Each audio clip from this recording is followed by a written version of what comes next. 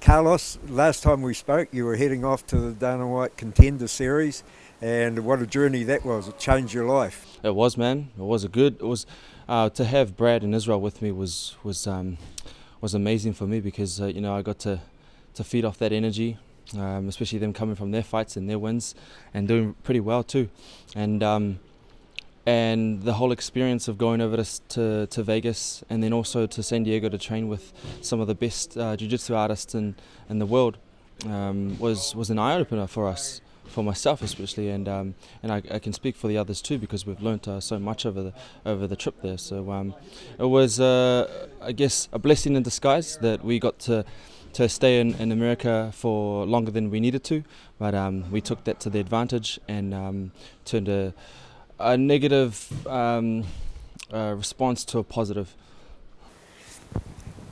The big thing is now you're a UFC fighter, fully fledged and rearing to go, and you've got something else in common with the likes of Dan and Izzy as far as King in the Ring goes.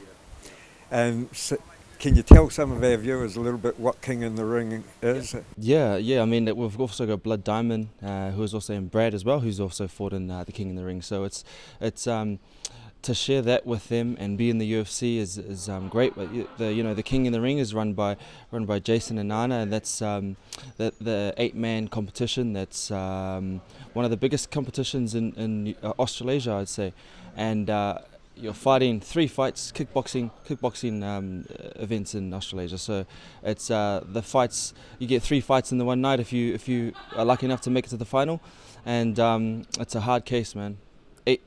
Eight fighters, 3 rounds. Wow. The confidence that you bring out of the Dana White Contender Series, because your opponent there had a good record.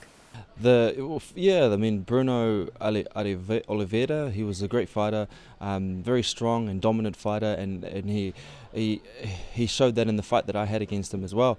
But I was lucky enough to pull off what I did, and it went my way. So what do you know about your new opponent?